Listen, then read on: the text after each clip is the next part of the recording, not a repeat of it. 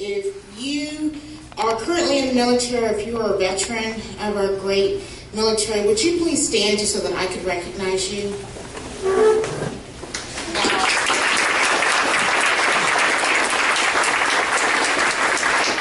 Thank you for your service.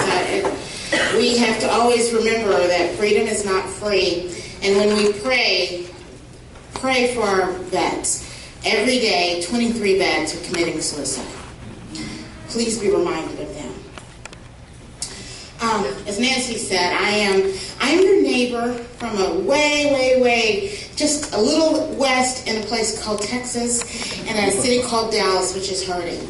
But it is an honor to be here with you, and I know it's such a strange season. I always tell people this election time reminds me of that Texas legislature who said, "Don't tell my mom I'm a politician. She thinks I'm a prostitute." So, it's just kind of that season. And, you know, I'm born and raised in Texas, and I always tell people Dallas is my favorite city in the whole wide world. Please pray for Dallas. Please pray for our nation. I am going to tell my story. Clarence Thomas, the most conservative justice that we have now on the bench, said that we all have to tell our own story. So that's what I'm going to do. Born and raised in Texas. My mother is the most conservative person I have ever met. And I have spoken at Tea Party groups. I've spoken at John Birch societies. I've been, and I've never met anyone that's more conservative than my mom. My mom is also the smartest woman I've ever met. She was a science teacher at Dallas Independent School District. But she knew that education was the launching pad for anything we needed to do in this world, in this great country. So, on a teacher's salary, my mother placed my siblings and I in private education. And this is pre-vouchers. So, I'm a big believer in vouchers, but this is before that. So, that was a huge sacrifice for her. And it meant that we would get an amazing education. And we did. I went to private school all the way up in time when it was about to get ready to go to high school, and there was a new school that had opened up a couple of years earlier, and it's a magnet school. Do you guys have magnet schools here? Okay, so you know what I mean. So it was called Government and Law Magnet. And so my mother, I guess she thought one time during the summer in middle school, I had checked out both volumes of Rise and Fall of the Roman Empire for summer reading. So she thought, okay, well, I guess she likes this kind of stuff. And she said, do you think you'd like to, go to this school called Government and Law Magnet that had opened up in downtown Dallas? And I was like, yeah, that sounds like something I'd be interested in going to. So off I went to be a part of this school. That school was so small that my graduating class was 17. Yeah, I tried to be in the top 10% of that class. But because we were so small and we were so unique, we were in the middle of downtown, we were catty corner from the city hall. All of the courts in Dallas at that time were downtown Dallas, so we could just walk and be a part of the different courts and get to know the judges and the attorneys, all the things that were government and law in downtown Dallas. So in 1984, when I was in high school during my summer break, my mother got a letter that said that your daughter has been selected to participate in the RNC convention to nominate Reagan Bush when the convention came to Dallas. Now, in my household, as my mom said, I think that's something you should do. That meant that that was something that I would do. And off I went to be a part of that convention. And I have to tell you, I don't know if any of you guys were there, but if you even know someone that was there, they will tell you it was the most amazing convention ever in my lifetime. And I got a chance to meet a man named Ronald Reagan. And I can tell you, having met the man, that he truly saw me not as some black kid in Dallas, Texas, not all these little holy huddles we have divided ourselves into. He did not care about any of that. He cared about the fact that I was an American. And I can tell you that as being a person who met the man. So I was able to see what this party meant up close and personal. And I got it. What it meant to be a Republican. See, the theme of that convention was that it was a new morning in America. And not only did I get it, but 49 states got it that year, because that's when Reagan won 49 states. We all got it. We all got it, what it meant to be an American, to be proud of our country, to love this land. So I am so thankful for that experience because it changed who I was. And I can tell you that Ronald Reagan is still my favorite Republican, and unfortunately, I was not old enough to vote for him because I know that confuses Democrats because they don't realize you have to be old enough to vote. You have to be alive to vote. You have to be, but such as was. But I have honored that time and that I got a chance to meet Reagan because he was such an amazing man. And so off I went back to Government and Law Magnet. Graduated there, of course, went to a tiny school in Texas called University of Texas in Austin. I say it's tiny with all the 55,000 plus students that were there. And studied English with a language concentration in Russian. And I would always tell my mom, people think I'm so smart because I speak Russian. And my mother always says, there are children in Russia that speak Russian. Like, okay. So left there, went back to Dallas, went to work for a bank called NCNB. People who worked for that bank said NCNB stood for no cash for nobody. And NCNB became Nations Bank. Nations Bank became Bank of America. And for the last 4 years that I was there, I was the #1 in loan originations and units and volume for the whole country. So not just for Texas, not just for our 8-state region, but for everywhere we did loans at that time. And at that time, we were in 47 states. So people knew me in the finance world just because my name was always at the top for 48 straight months. And then after one of the accolades you receive, I say one because you receive a lot from being #1, but one of the accolades you receive is money. So I purchased a home in a little enclave in the Dallas area called Highland Park on a street called Beverly Drive. So in 2003, a month after I had closed on the home, there was this article in the Park Cities People that said, guess who's coming to dinner and staying for a while? Happened to be the first black person who bought a home in Highland Park. So that story went to ad nauseum because they're like, what? No black person has bought a home in Highland Park since the bit. So that just went on and on and on. So people knew me because of where I was in finance. People knew me because I had bought the home in Highland Park on Beverly. So I thought it kind of strange in 2007, 2008, when people would tap me on the shoulder and say, Karen Watson, aren't you excited about this election? I'd be like, I am excited about this election. And they would say, don't you just love the energy in the air? And I would say, I just love the energy in the air. And they would say, don't you just think that Barack, I was like, wait a minute. They thought I was talking about Barack Obama. I thought they were talking about McCain Palin. So it was just a season of so much confusion.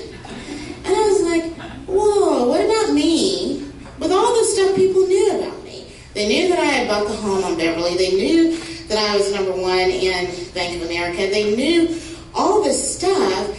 And yet, why would they assume that I would be voting for Barack Obama? When I was telling Nancy, I've never voted for a Democrat in my entire life. So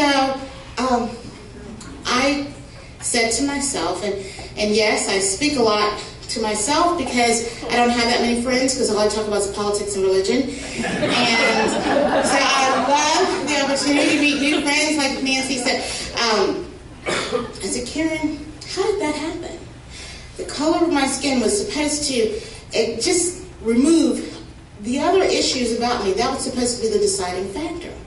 So I have to tell you guys, when McCain and Palin lost in 2008, I was disappointed. But I wasn't devastated. Because I said, okay, only a fool would hope that the pilot on the plane that they're on has a bad day. So I said, Karen, wish him well. And I did. I hoped he would have done well for the selfish fact that he was going to be my president in my lifetime. And in Texas, we have this saying, you can go from the pan to the fire. You're going to have to get used to a couple of sayings because I really am a Texan. But that's exactly what I felt. And remember how January 20th, 2009, they had to redo the inauguration and the signing in? And it was like, oh my gosh, if this is how it starts, it's usually not going to get better than that. And it just kept getting worse and worse. And there were two things that Obama kept on doing. There were two cards that the Democrats kept on playing. It was either the race card. If you didn't like Obama, you were a racist. Or it was the Bush card. It was Bush's fault. So if it wasn't Bush's fault, then you were a racist. If it wasn't a race thing, it was a Bush fault. And it just kept on, Bush or race, Bush or race. And it just kept on playing those over and over and over again. I was like, this is insane. This is just insane. And I thought to myself, because I'm a numbers person, so like I was telling Nancy, I tell people English is my second language because I think in numbers. And numbers people are solutions people. You have to find the conclusion. You have to answer the problem. So I said, okay, let's look at this. What is it that let Barack Obama win? And I said, it's got to be, it's just the numbers thing. He got more votes in certain areas because it's an electoral college. So I said to myself, again, talking to myself, I said, well, Karen, how do we change that? Because how did I become a Republican? And I said, it was because I met Ronald Reagan. I met Ronald Reagan. I met a man who loved me and who loved America, and I got it. And unfortunately, too often, there are too many people who don't realize what's coming, what our clubs are all about, what our groups are all about, what it means to be a Republican. Because the left would make you think that you have to knock 3 times, wait for some secret handshake, or, just to come into the Republican clubs. Of course, we know that's not true. We know that they're warm and friendly and opening, and that it is a club for the nation. But people have to know that organically.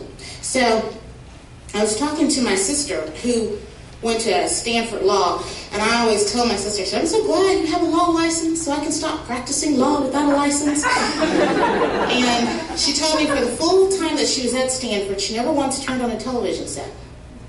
So I said, you know what? We as Republicans are fighting the wrong battle. We're out here worried about the mainstream media, but nobody's watching them. We're worried about the NBCs and the CBS and the MSNBCs, but nobody's turning them on. So I said, what we need to do is do something organically through the internet. So I'm not techie, but I got with some great engineers, and I said, what I want to do is where someone could see what's happening in the Republican events world for themselves. A very open universe, very organically, and we came up with a site called GOPbuzz.com, which is an internet portal for Republican and conservative events. And in January of 2012, we launched that website.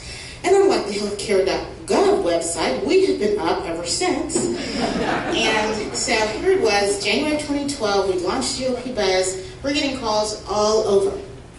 People called me and they were saying, Karen Watson, this is exactly what our party needs. We need to have this kind of connective tissue from all over so people can see if they want to be a part of it and get what our message is all about. And I got this call from this lady from the NFRW, National Federation of Republican Women. Her name is Michelle, and she was working in the media side of NFRW. And we connected, kind of like Nancy and I connected. We just connected immediately. And we talked for at least 50 plus phone hours. And we were talking about how great this country is, how great this party is. And she said, you know what, Karen Watson, you're just in Dallas, Texas, and I'm in Shreveport, Louisiana, which is a neighboring state for Texas. She said, why don't you post our event and come and participate and be a part of our event in Louisiana? Now, the thing is when people move to Highland Park, they usually don't go outside of Highland Park, and Highland Park's only 2 square miles, and then call it, the bubble, one of the reasons for that. So when she asked me to drive, that's really the only way you can get from Shreveport is to drive there. When she asked me to drive to Shreveport, I thought to myself, oh my gosh, that's past Northwest Highway. But I said, Karen, be a good Republican and go out and do this. So I asked my operations manager at GOP Buzz if he'd ride along with me. Now I'm thinking, what did I think was going to happen to me driving down 20 East to get to Shreveport? I don't know. But anyway, so Larry said, yeah, I'll ride out there to Shreveport with you to be a part of that luncheon. So off we go from Dallas to Shreveport to be there. It's about a 2.5-hour drive. So we get there. Sitting in the foyer, it was at a restaurant, waiting for people to come in. And Larry was just sitting there waiting to get started. Michelle walks over, then she walked right back out. See, we had never seen each other. And then she walks back in again. She comes over to where we're sitting and she goes, "Are you Karen?" And I'm like, "Yeah, are you Michelle?" The next statement came out of her mouth. If anybody knows anybody from Louisiana, you will understand this. She goes, "You're black." I'm from Texas. I can always give it back. And I said, "And you're not." And Larry, he's Asian. So it was just this kind of strange luncheon in Shreveport, Louisiana. And then she said, "No, Karen, you don't understand. Out of all the times that we've talked on the phone, I never once thought that you were black. I never once had the thought that she was talking on the phone to this black Republican woman in Dallas, Texas." And so she said, "You need to write a book about being black and Republican." And I thought to myself, well, I drove to Shreveport. I can do that's a big thing. And so the first title of my book is going to be the 10 things you don't know about black Republicans. And chapter 1 was going to be, yes, we exist. But I said, you know what, Karen, you have an opportunity. Because the thing about Texans is that we are either all in or we are all out. So I said, you know what, you have a chance to not make this just a polemic book.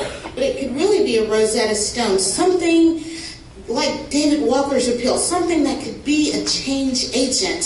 So I went back to my home. On the drive back from Shreveport began the book, Being Black and Republican in the Age of Obama. So I did a call, to an open mic call to every black Republican, because there are so many people who still wanted to see the house on Beverly Drive that the black woman lived in. So I said, why don't we just come in and just talk and do open mics and just see and just share ideas of what's going on.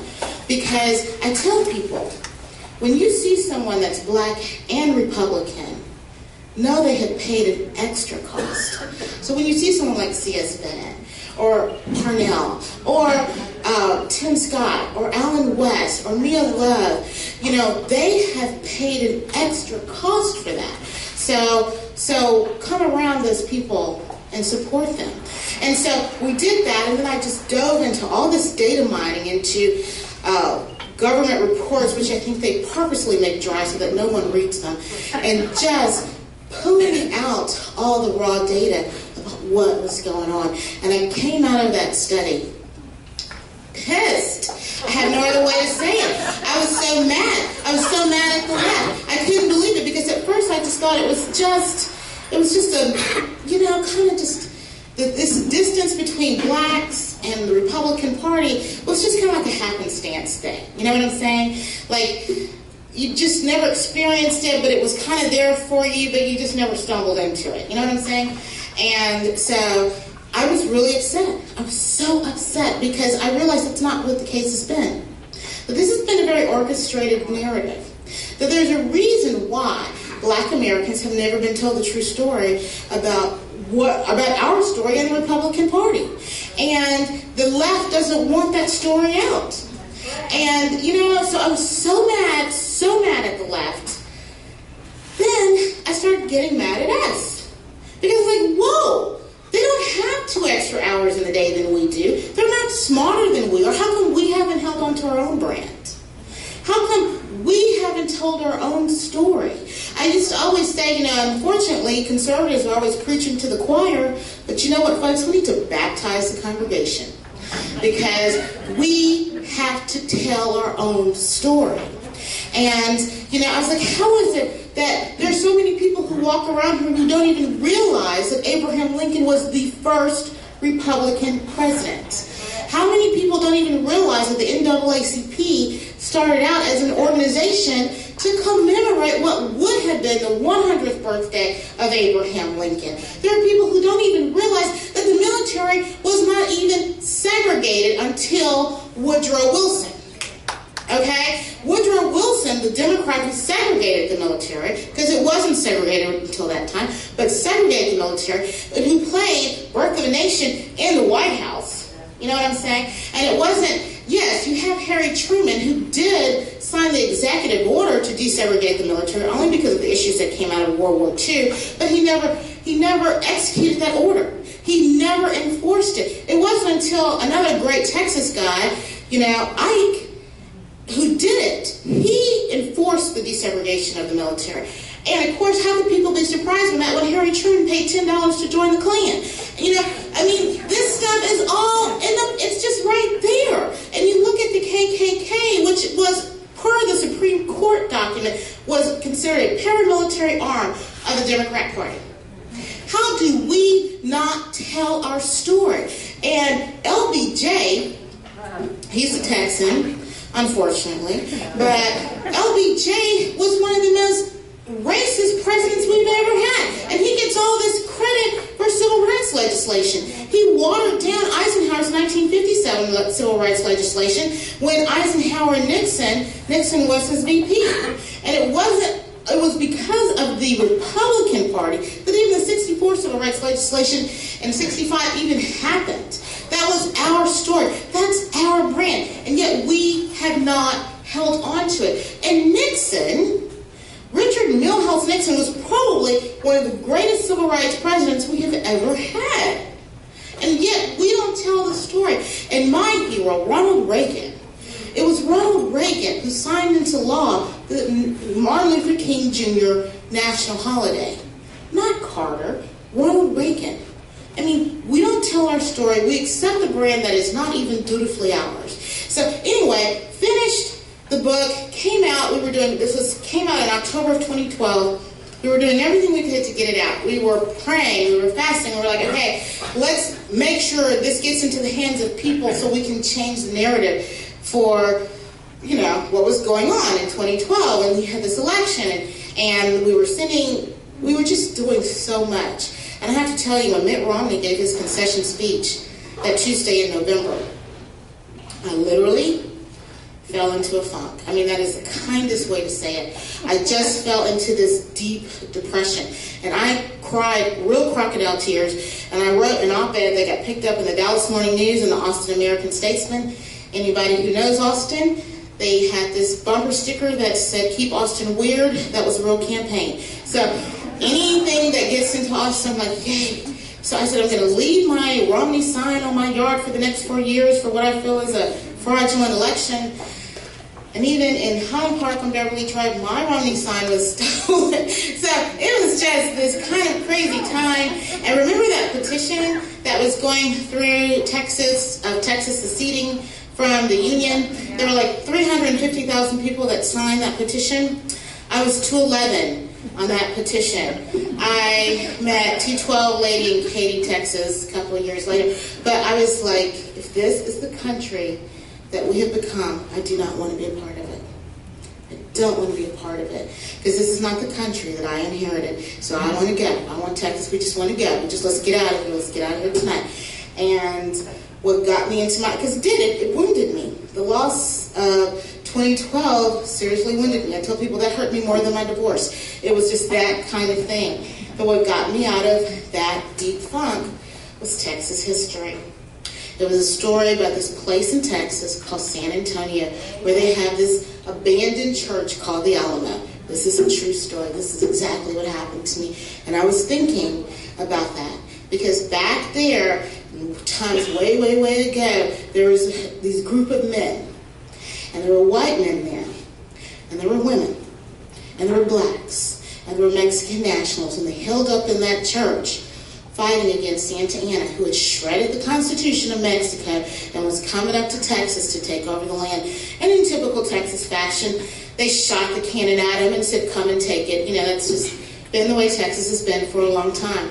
But there was a man named William Trags who sent out letters. And he sent out letters that went all the way across from San Antonio, Texas, all the way up into D.C. and New York. And he said, to all Texans, and to all Americans in the world, we need your help.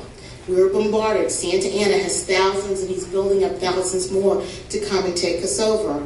And he goes on into this. There were only like 174 there against 5,000. Now in Texas, we say that's a fair fight. But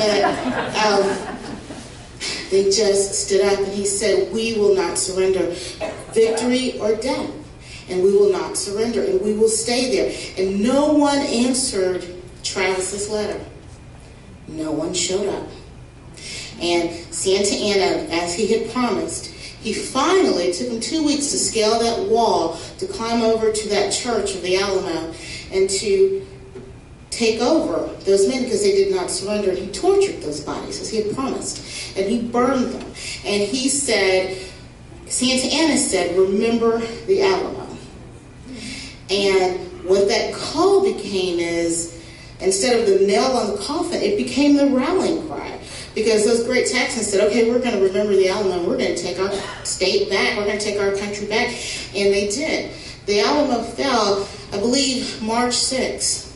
But April 21st, that same year, Texans won. And Texas, that's right.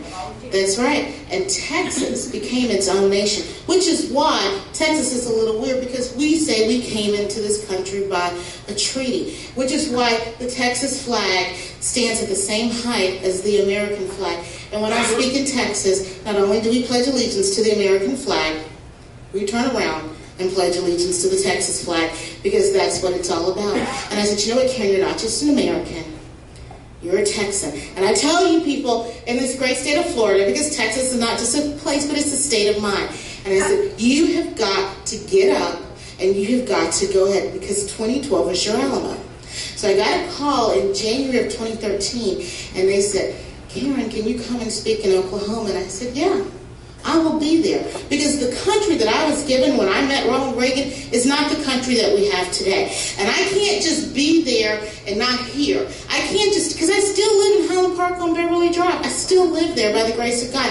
I was given an opportunity. I was given a great land where all you had to do was dream it. All you had to do was work hard. All you had to do was fight for what your God-given world could be. And you could do it in this country. Because if you can't make it in America, you can't make it anywhere.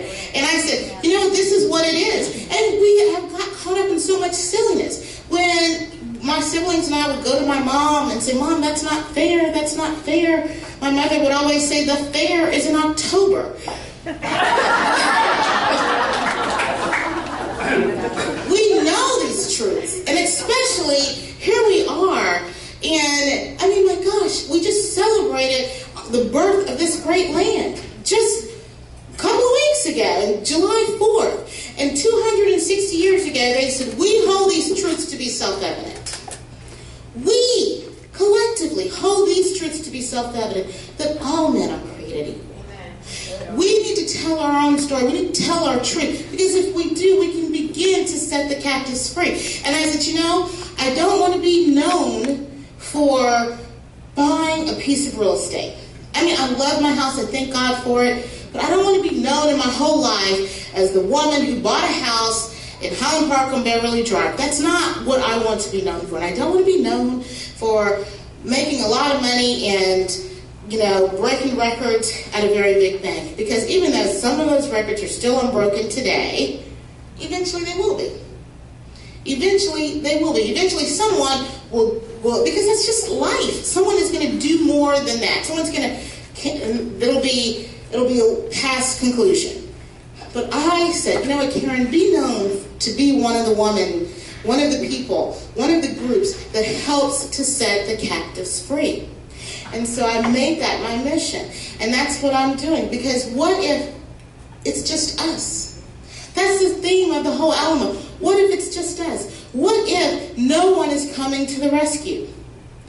We have to do our part. And that's what's great about our great land, is that it's we the people. That means us. That means us. It means it's great if it's Trump. We need to do everything we can to get him in office. Everything we can. And I don't care if Trump was not your guy. It was never about Trump. It wasn't about Cruz. It wasn't about Carly. It wasn't about Rubio. It wasn't about Bush. It was all about changing the directory of this country. Amen. That's what it has always been about. We have a lot of work to do. And everywhere I go, and this is it's almost like over 250 places I've been, from the East Coast to the West Coast, all over. And I have to tell you, everybody gets it. Everybody gets it. When I told you my sister went to Stanford, so it's in the Bay Area, California, and I got a call to come out and speak in the Bay Area. And I told my sister, I said, hey, these people in San Francisco, the Bay Area, want me to come out and hear me speak. And she even said, it might be a setup. I was like, yeah. So I was just like, because see, in Texas, you have to understand, in Texas, we think that nothing outside of Texas is conservative. We think everything is conservative light outside of Texas, and that's just not true. When I studied geography, because remember I went to private school, so they would always show us, okay, Karen, here's this map of the state, or the map of the country, and here we are right down in the middle, and they would always remind us, now Texas is bigger than that, because the maps are not to scale. And then, they would always say that, and they'd point all the way, and they'd say, okay, here's New Mexico and Arizona, and they'd always point to California, and they'd say, and this is California, the land of fruits and nuts. So I can barely say California without saying the land of fruits and nuts. And so then when they asked me to come out there, I was like, okay, well, I'm going to come out and I'm just going to tell my truth, and it's just, that's the way it's going to be. And I left DFW, which is our airport, early in the morning, left there at 4 a.m., got to San Francisco around 9 a.m. that time, and I'm like, my event was that night. And they were like, Karen, we are so glad to have you here. We've lined up all these interviews. But people are telling us, nobody wants to hear Karen Watson speak. She's lost her mind. I'm thinking, these people have not even met me. But I said, okay, you're black, Republican, you're a Texan. That's a lot for somebody in California to digest. So, but they said, we have found this group in Oakland. And then the thoughts about my sister was saying, it's a setup, was really coming to my head. And they said, are you okay to go there right now? And I'm thinking, okay, I'm not camera ready, but let's go. So we drove from the airport to Oakland. Now, Oakland is the home of the Black Panther Party. So I'm already thinking, okay, how do I escape this if it gets real bad? So I get there, and I could tell immediately it was... The people were just oppositional. You know how you get that feeling? Like, okay, they're already against me. And I come there, and the guys who was going to interview me, and I didn't realize it was going to be on television, so even that was crazy. And he said, well, I've written, speeches for Jesse Jackson. I'm thinking, oh my gosh, this is already going bad. And so they put me in this green room where they were going to do the filming. And as you know, for those of you who have been on TV, that the room really is green, and that you can't change the set. You have to fit the set doesn't fit you. So I'm not the tallest person. They had to prop me up, and it was kind of awkward how they were doing it. And here I was, because I had left Dallas early, and I was drinking at this time my 12th pot of coffee, because I was trying to wake up and be bright and bushy-tailed. And then I happened to spill some coffee, like right here, because I had this jacket on, because it is always cold in California, or at least in San Francisco. And the people, who were doing the set stuff, they were whispering loudly, which doesn't make any sense to me, but they were like, oh my gosh, I can't believe she did this. She's, I'm thinking, I can hear you.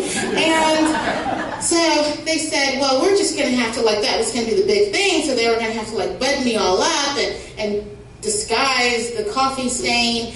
And I was like, all right, this is already going bad. So here I am, buttoned up, all these lights are on me in an awkward position. Only look at this camera, Karen. Not that one, all of that kind of stuff, just kind of hoarded in there.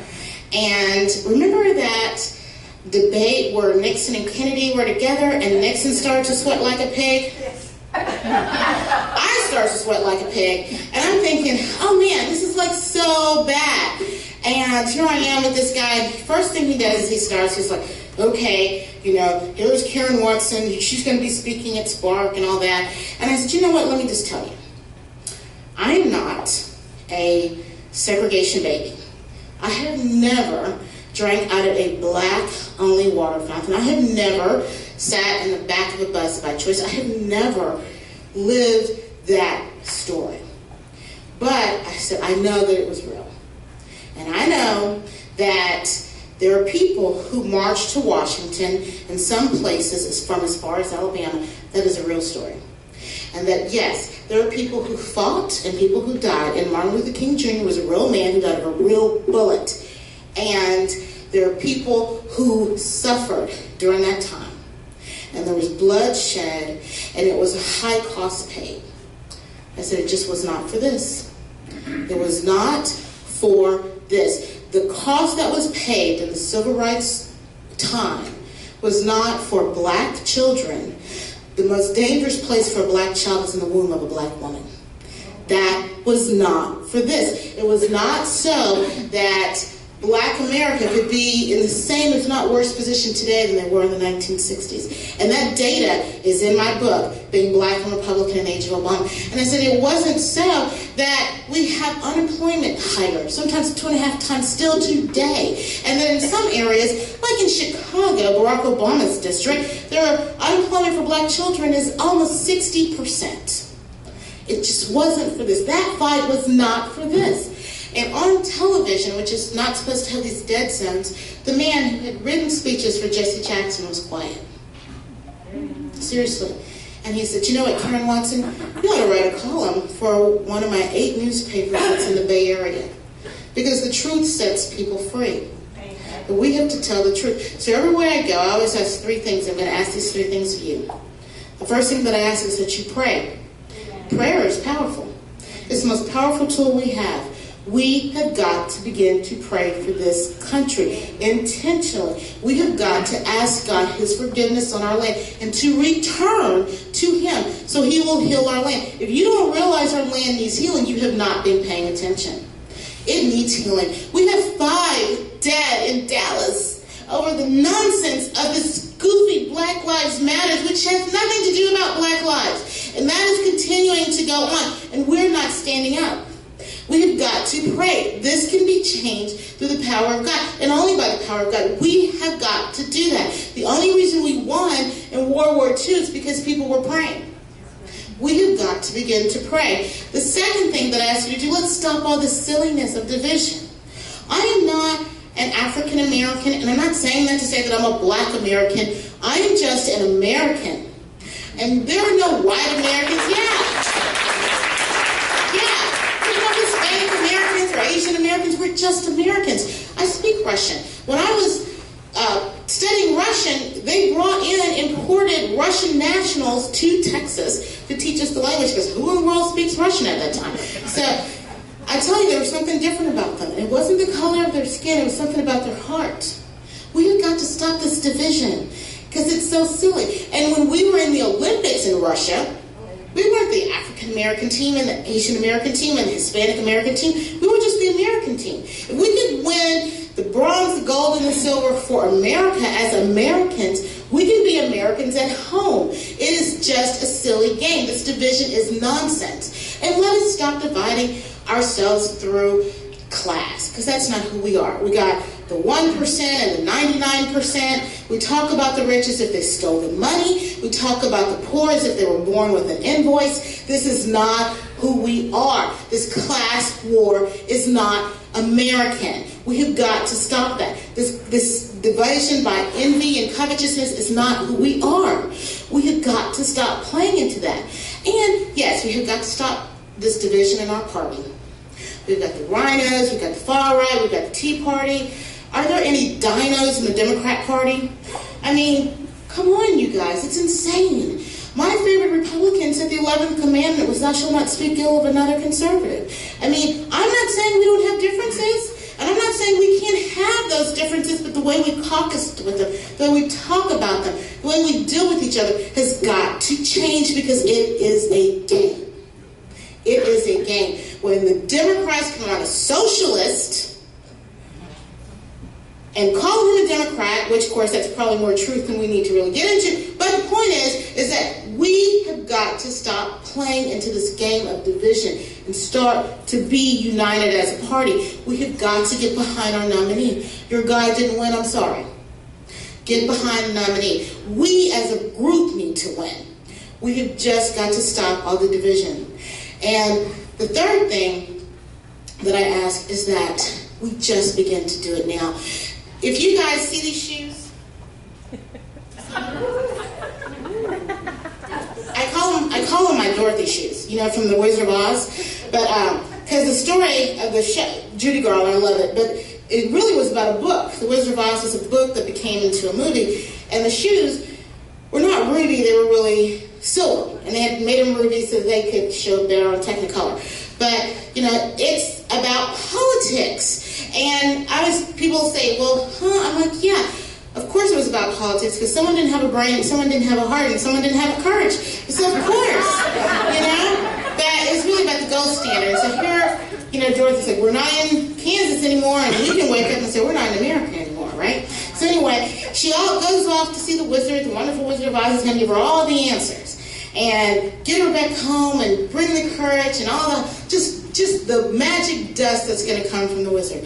Here Toto, the little doggy, you guys know the story, goes up to the wizard, pulls back the curtain, and finds out the wizard has nothing special. That all the time, off to do this, she was on this road, and he tells her, you know what, Dorothy, you could have gone home all along. And I always wear these shoes as a reminder, we can go back home. Amen. Right now. We can be Americans right today. We do not have to wait till November. We need to work harder. And if you guys have not joined this club, join this club. They're cheap tickets. Cheap ticket is to pay your dues and membership for the hardworking people who are carrying the banner for this party, and also to vote. But that's just the beginning of what's required of us. Just the beginning. But we can go home all alone. We can't put all of our hope.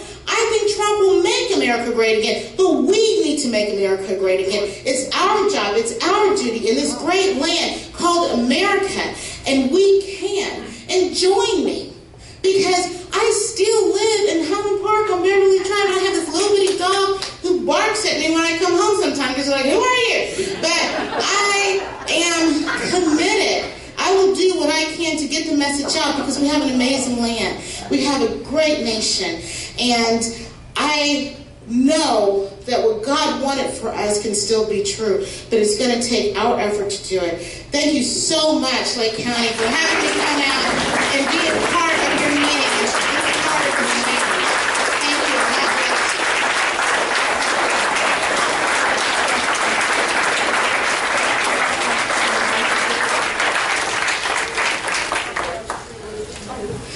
Thank you so much. You guys, I have books over there. If there's time for questions, I'd love to answer questions. And oh, thank you.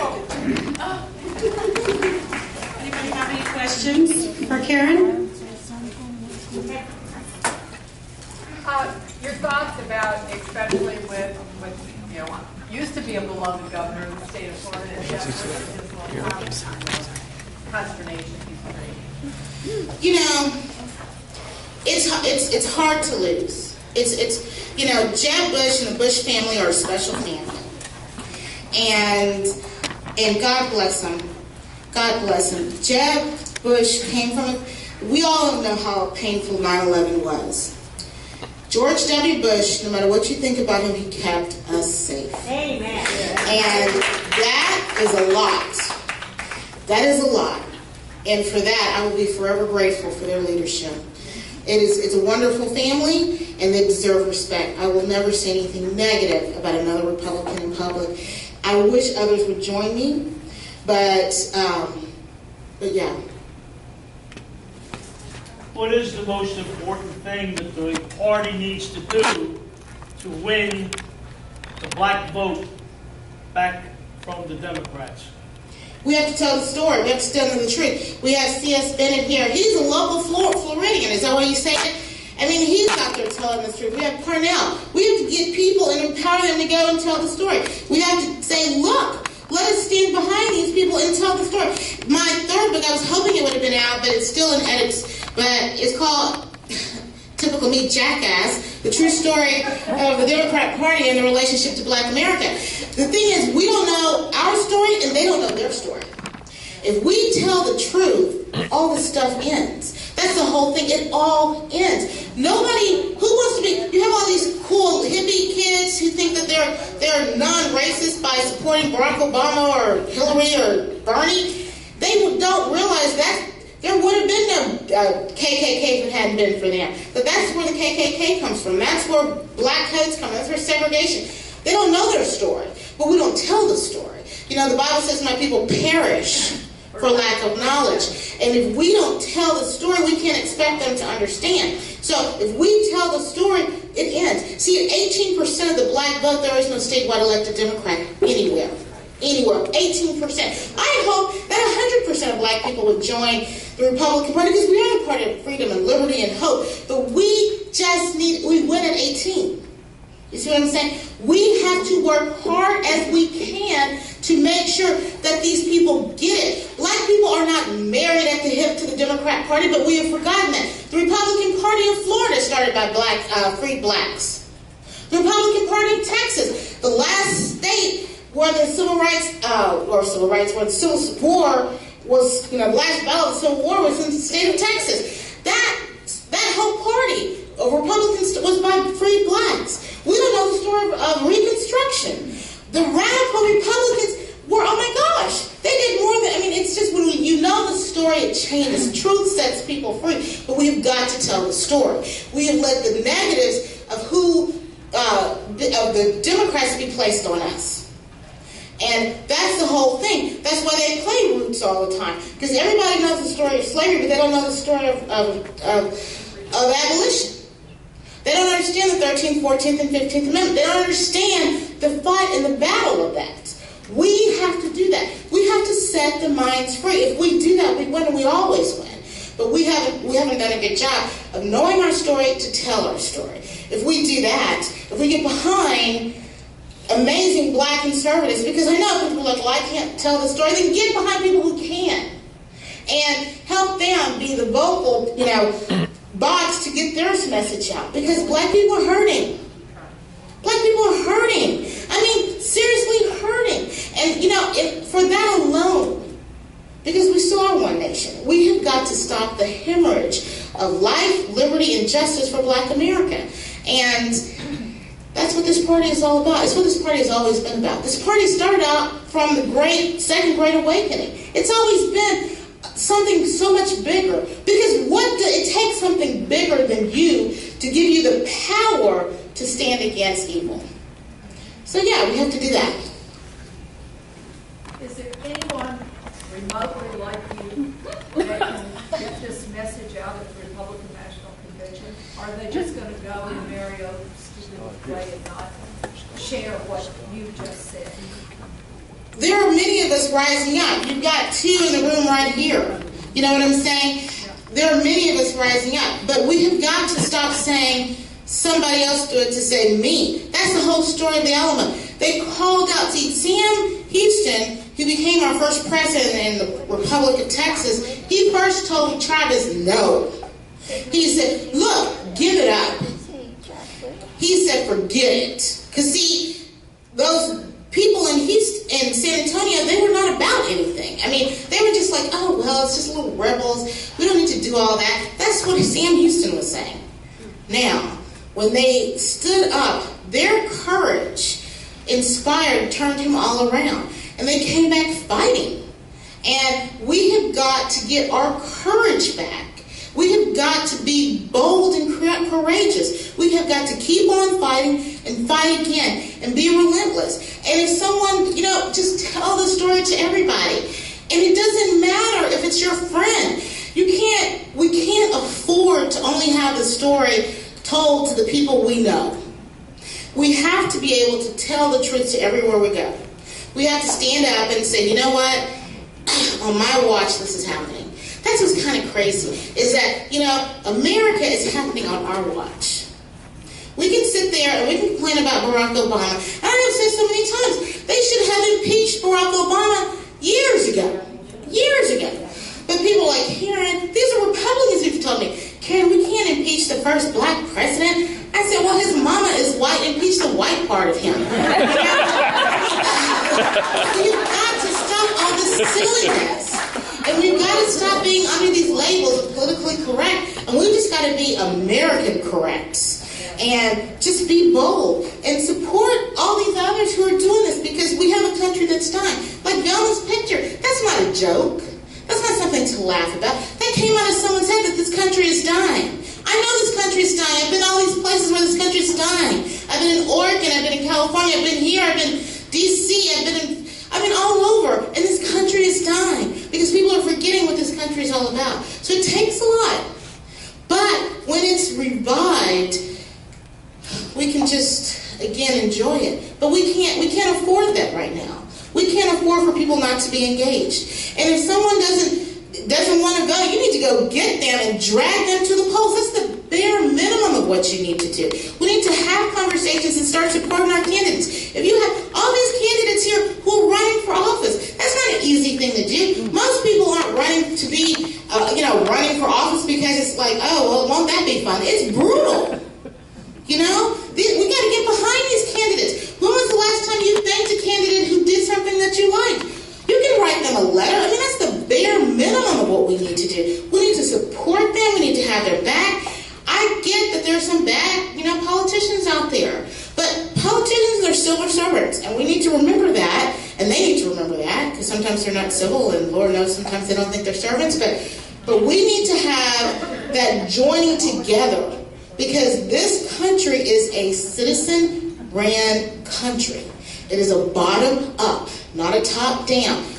You have all these, we become so elitist, but we need to pull it down again. But that's our power, and this is on our watch, and we can do it. That's the great thing about it, is that we can do it. The great story, we all know about the children of Israel who escaped and who, leaving Egypt and climbing over to Israel or to Canaan. And we all know, I was reading, there's one pastor who said, the tribe of Dan was the largest tribe. The largest. But the tribe of Dan didn't fight. We've got to fight. You can bet your last bottom dollar that Texans will fight. So, we all got to fight. We all got to fight. It's worth it. My concern is that the Democrats are going to stand somebody up on that stage for all the world to see that's going to tell the blacks that they're the only ones that can save them from everything the Republican Party will destroy. And they will. That's exactly what they're going to say. And the Republicans need to have sense enough to have somebody like you standing up there saying, this is all a fallacy. And we can do that. And we can do that. And we will. I mean, C.S. Bennett, you're up to the charge. I'm sure Parnell, you're up to the charge. Everywhere I go, I see brave black Republicans who will say, let's do it. Let's do it. So we're doing it. We're doing it. Now, you're a very dynamic speaker. You have really given me some information that I have not known.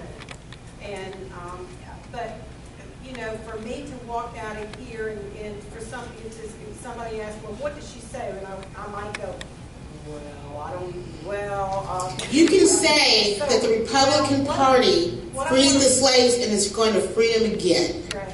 What I'd like to see you do is give us all a little printout of our, this little pack so we can walk out with something in our Buy the You know book. what? It's in my book. I mean, my book, How Democrats Stole the Black Vote and How Republicans Can Win It Back, that's it. In addition, It's all there. I mean, it is all there. You can even say, you know what, here's a book. Read it and come back and talk about it. Because it's that real. I mean, that book is meant to change your heart. So, But for, to hand out to some students for Black History Month. I have no clue what they teach in Black History Month. But a little piece of paper, these students could walk into their class. well, that's interesting that you said. We have got to get into the schools.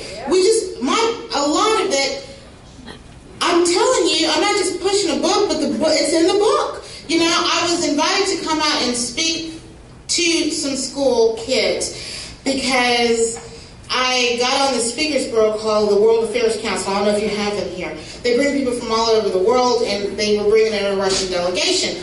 Well, who speaks Russian in Dallas? Karen Watson. So they said, well, will you host this Russian delegation? I'm like, yeah, well, I want to be in your Speakers Bureau. They said, okay, regrettably. So they got me on their bureau, and they said, well, why don't you come out and speak to kids? I'm like, perfect. And they were like, oh, we don't really want to talk about politics. But Karen, why don't you talk about the civil rights movement? I'm like, that's politics. You know what I'm saying? I'm like, okay, sure. So they had me speak to these kids. There were 3 classes, and they put me, they were like middle-aged school kids. So that's already a hard age. I knew that already. And then they had me, they said, okay, Karen, you're going to speak for 2 hours. I'm like, are you kidding me? They're giving me 2 hours to speak to kids who don't even want to hear anything I want to say. It was a setup. like my sister said. So I get there, the first question I ask the kids, because I always have to kind of know where they are because they're kids. And I said, okay, what relic did we get from the Civil War? I'm thinking, what one thing did we get out of the Civil War? And there were probably about 100 kids there, and they all said racism. What? Yeah. They said racism. I was like, what? And I just said, I just stood there. True story. Principal and teachers will tell you. And I said, look, let me tell you something. I don't care what your teachers tell you. And there were 3 teachers there. And I said, I don't care what your parents told you. I said, racism is not your battle. It is not your fight. And I said, promise me one thing, because they had me speaking from 10 to 12, which was always another time right before. I mean, it really set me up. But I said, promise me. I said, not today. I want you to choose a day when you wake up, and I want you to give me 24 hours where you know God is on your side. You are not a victim. You're in the greatest country in the world, and you can do anything you dream. Do that for 24 hours. Just 24 hours, just a whole day. And one of the teachers came back and said, and it was one of the loudest girls who was there, because then we got into talking, and then the kids got very animated when we started talking about racism. And she said, you know what, Mr. Crane, Miss Karen was right. I'm not a victim. It's worth it. It's worth it. We have got to tell the story. We've got to challenge. Here's this little kid that, I wish I was half as smart as I thought I was when I was 18. We got a lot of work to do. You're a very good speaker. Oh, thanks.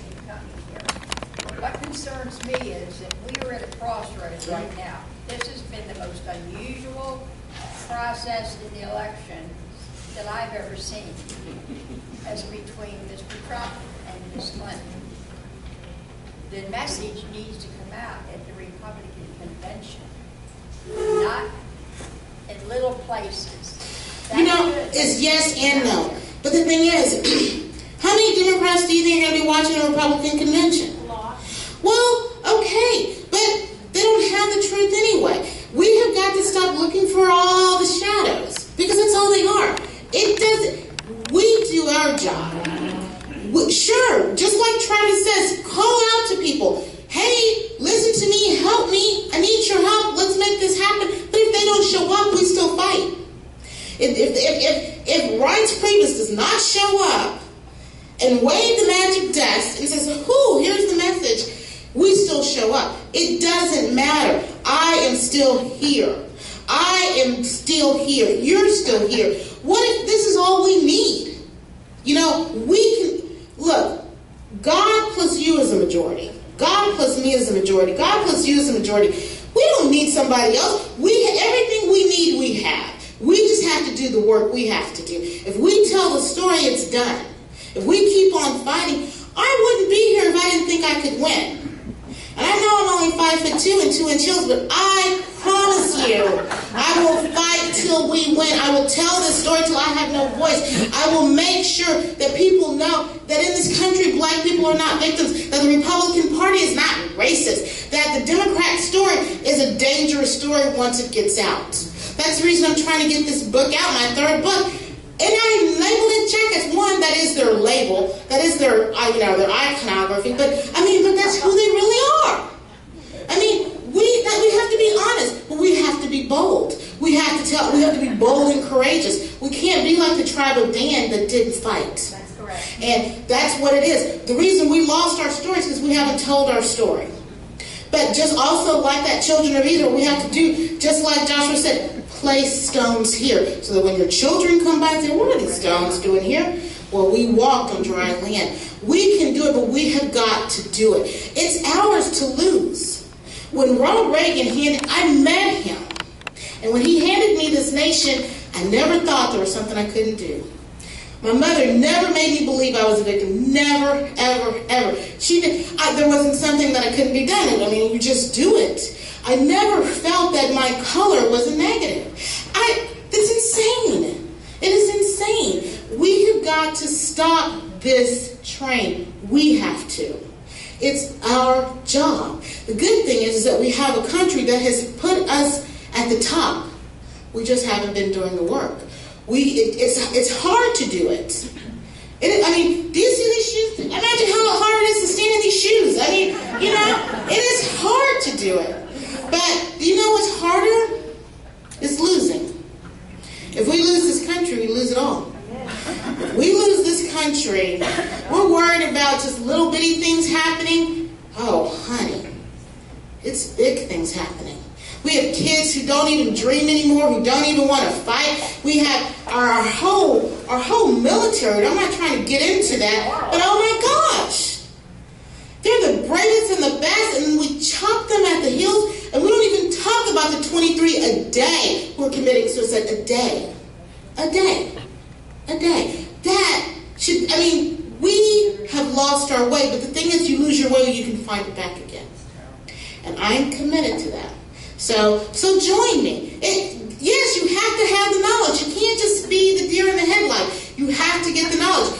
The knowledge is right there. There are 2 books back there that have the knowledge. The Constitution is a small book. You should have constitutions on you all the time. You should know it verbatim. When people talk about trying to take away freedom, you say, whoa, this is not happening. But we have to be the bearers of this. Those kids in Travis and Davy Crockett and all those other great patriots, they weren't sitting up there. It wasn't a career path for them. They were called for victory, called for liberty, because they know how important it is. If you go outside of this country, I'm telling you, you realize how dangerous it is. And I'm not talking about these little resort places. People go to Mexico, they go to a resort. They go to Paris, they go to a resort. I'm talking about the real places of this place. The real place. I'll say this and then I'll stop. I think I'm getting hooked. But when I was in 2000, I was so depressed when Obama won. It kept getting worse and worse and worse. because here it is.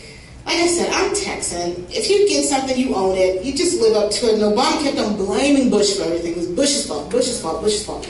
And so I said, Karen, you gotta go serve. You gotta get out of your head, go serve, and serve God. So I went on a mission trip to Kenya. And I got malaria. And so I was over there, and I kept on getting worse and worse and worse. I was so sick. And they said, all the natives were like, Miss Cotton, I think you got malaria. I was like, okay, I got something. So they took me to this doctor in Kenya, and we were there building a hospital. So we had to go all the way to this, mud, stucco place. It was really third world. And so one of my church members said, well, I'll go with you because I don't want you out there by yourself, who knows, whatever. So we walk up these steps. I was so sick. And so I'm laying down on the stretcher, and I looked up at the doctor, and I said, Doctor, am I going to die? And he goes, oh, Miss Cotton, let me make sure you're okay. And then, so I think because I said that, my friend who was with me, she started to panic, so, that kind of thing. And I said, well, can I just die? Because I was so sick. I was like, well, gosh, don't save me from this. So, then they were giving me all these IV fluids, and so Barb, who was she just flipped. She just started gibbering, and she was like, we're from Texas, and this and this. She was just like, because she was like, here she's going to die, and I'm looking like that. And then so she said, yeah, we're here, and we just had the election, and she said, and Karen, she didn't even like Obama. And I was like, and I said, okay, so not only am I going to die, but it's going to be painful. But we have a great country, and it's worth the fight.